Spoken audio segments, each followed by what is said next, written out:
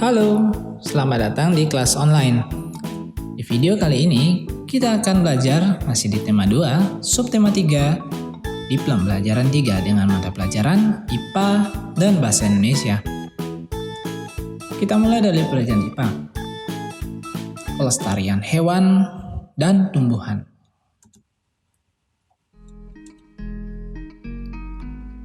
Tahukah anak, Tuhan menganugerahkan kita beragam tanaman dan hewan agar kita bisa memanfaatkannya. Nah, ini sudah kita pelajari di video sebelumnya ya, bagaimana kita memanfaatkan hewan dan tumbuhan. Nah, kemudian pemanfaatan tumbuhan dan hewan tidak diiringi oleh sikap yang bijak, sehingga banyak terjadi ketidakseimbangan. Sebagai warga negara yang baik, tentu saja kita perlu bersatu melestarikan hewan dan tumbuhan agar manusia dapat hidup sejahtera. Jika kita bisa melestarikan hewan dan tumbuhan, otomatis kita juga dapat memanfaatkannya dengan baik demi kelangsungan hidup kita. Ini adalah contoh pemanfaatan hewan dan tumbuhan yang tidak bijaksana. Jadi kasihan sekali ya hewan dan tumbuhan yang diperlakukan tidak baik oleh beberapa orang yang tidak bertanggung jawab. Yang pertama, perburuan atau penangkapan liar dengan cara semena-mena. Ini tentu saja menyakiti hewan maupun tumbuhan. Yang kedua, penebangan atau pengundulan terhadap hutan yang bisa menyebabkan ekosistem hutan akan menjadi rusak. Karena hutan adalah tempat hidup dari berbagai jenis flora atau tumbuhan maupun sebagai rumah bagi jenis-jenis hewan atau fauna yang ada di dalamnya. Yang bisa diakibatkan dari kerusakan hutan sangat-sangat banyak. Selain kehilangan beberapa jenis tumbuhan yang langka, kita juga kehilangan hewan-hewan langka karena mereka kehilangan tempatnya. Tidak ada tempat untuk hidup. Yang ketiga, pembangunan villa-villa di daerah pegunungan yang mengurangi populasi hewan dan tumbuhan. Kenapa bisa demikian? Karena jika kita membangun villa-villa di daerah pegunungan, otomatis kita akan membuka lahan atau menebang pepohonan tumbuhan yang ada di sana. Tentu saja itu akan menghilangkan tempat-tempat tinggal dari hewan. Lebih baik kita melakukan pembangunan atau villa-villa, pembangunan pariwisata di daerah yang memang bukan ekosistem hutan ya. Yang keempat, sistem pembukaan lahan hutan untuk pertanian ini dapat memicu kerusakan ekosistem di hutan. Orang-orang yang biasanya melakukan pembebatan hutan untuk lahan pertanian ini biasanya melakukannya dengan skala besar. Ini dilakukan demi keuntungan pribadi ya, dan mengorbankan keseimbangan ekosistem yang ada di dalamnya. Tentu saja hal ini tidak boleh dilakukan dan sangat-sangat dilarang. Ini ada dua gambar yang memperlihatkan ketidakbijaksanaan kita sebagai manusia atau beberapa orang yang ada di luar sana yang melakukan ini demi keuntungan pribadinya ya. Bapak harap anak-anak tidak melakukan hal-hal seperti ini di masa depan. Dan tentu saja Bapak harap anak-anak adalah salah satu orang yang menentang hal-hal seperti ini. Kemudian bagaimana cara kita untuk melestarikan hewan dan tumbuhan? Kita mulai dari pelestarian tumbuhan ya.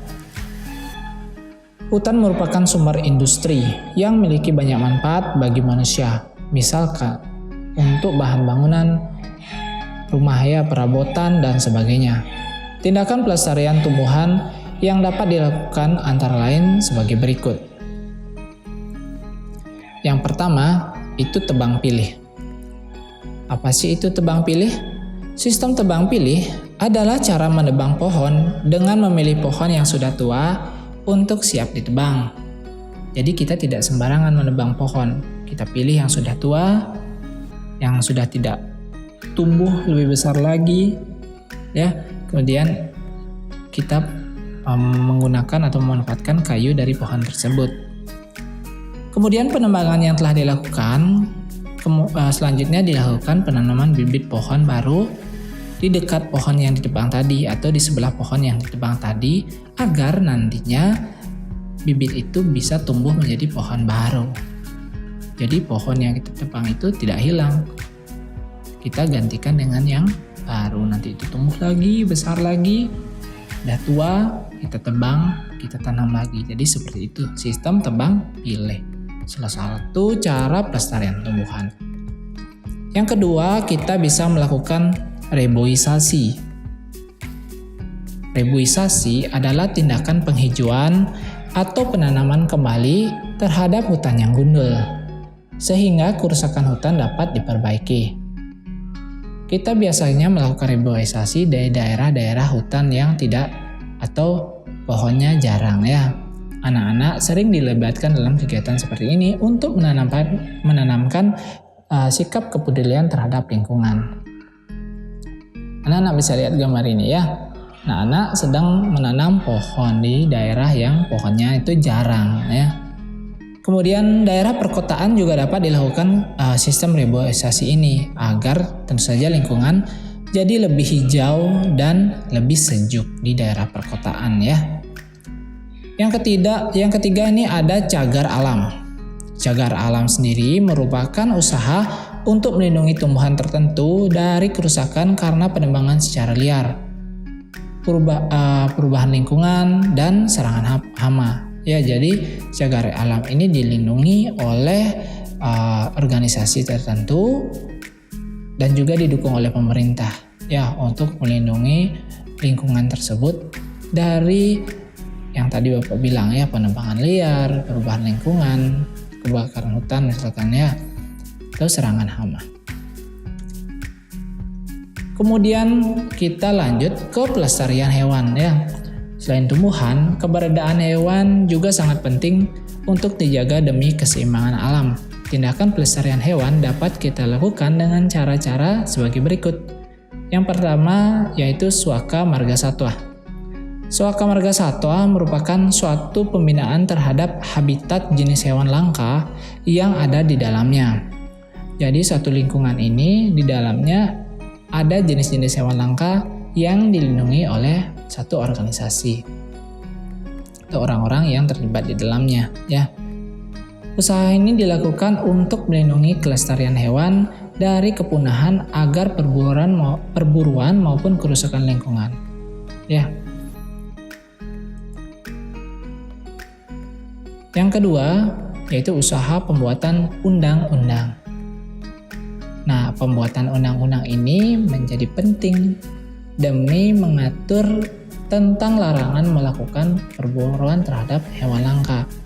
Jadi kita membatasi orang-orang agar tidak melakukan perburuan liar dengan cara membuat aturan. Cara ini dilakukan untuk melindungi hewan dari kepunahan akibat perburuan liar. Jadi, orang-orang yang melakukan perburuan liar ini dapat kita kenai sanksi atau hukuman atas perbuatannya, baik itu penjara maupun denda, sehingga orang-orang ini akan kapok atau tidak melakukan perburuan liar lagi. Sudah ada undang-undangnya atau aturannya, ya. Jadi stop memburu satwa liar. Oke? Itu tadi pelajaran IPA, ya, bagaimana kita melakukan usaha-usaha pelestarian tumbuhan maupun hewan. Kita lanjut ke bahasa Indonesia. Peta pikiran. Nah, ini sudah sering sekali Pak bahas di video-video sebelumnya, ya. Pak yakin anak-anak yang sudah menonton pasti sudah sangat bisa membuat peta pikiran ini. Hari ini Bapak ingin membahas satu teks yang bisa kita buat peta pikirannya. teks ini adalah menyangkut tentang bendera kita, yaitu bendera Sangsaka Merah Putih ya. Baik, Bapak akan baca Sangsaka Merah Putih. Sangsaka Merah Putih merupakan sebutan bagi bendera nasional Indonesia. Warna merah putih memiliki makna merah yang berarti berani dan putih berarti suci. Merah melambangkan tubuh manusia, sedangkan putih melambangkan jiwa manusia. Keduanya sangat penting dan saling melengkapi. Bendera pusaka dibuat oleh Ibu Fatmawati, istri Presiden Soekarno pada tahun 1944. Bahan bendera terbuat dari katun Jepang dengan ukuran 276 cm x 200 cm. Sejak tahun 1946 sampai dengan 1968, bendera tersebut hanya dikibarkan pada setiap hari ulang tahun kemerdekaan Republik Indonesia. Karena usianya yang sudah tua, Sangsaka Merah Putih terakhir tersebut kali berkibar pada tahun 1969. Bendera ini disimpan di Museum Nasional sekarang ya. Pemerintah kemudian membuat bendera duplikat dengan ukuran 300 cm dikali 200 cm. Jadi itulah sejarah bendera Sangsaka Merah Putih yang harus anak-anak ketahui ya. Kemudian anak-anak bisa membuat peta pikiran setelah membaca teks ini. Oke. Tentu saja dengan langkah-langkah yang sudah kita ketahui, yaitu membuat kalimat tanya terlebih dahulu dengan metode aditik simbah. Kita lanjutkan dengan menjawab setiap kalimat tanya berdasarkan teks dengan menggunakan kalimat efektif dan kata baku. Terakhir, kita menulis jawaban dari masing-masing kalimat tanya ke dalam kotak peta pikiran. Bagi anak-anak yang lupa dengan cara membuat peta pikiran, anak-anak bisa mengklik link di atas video sebelumnya yang sudah kita pelajari. Oke? Terima kasih sudah menonton video ini. Jika bermanfaat, bisa dibagikan, di like maupun di subscribe. Terima kasih.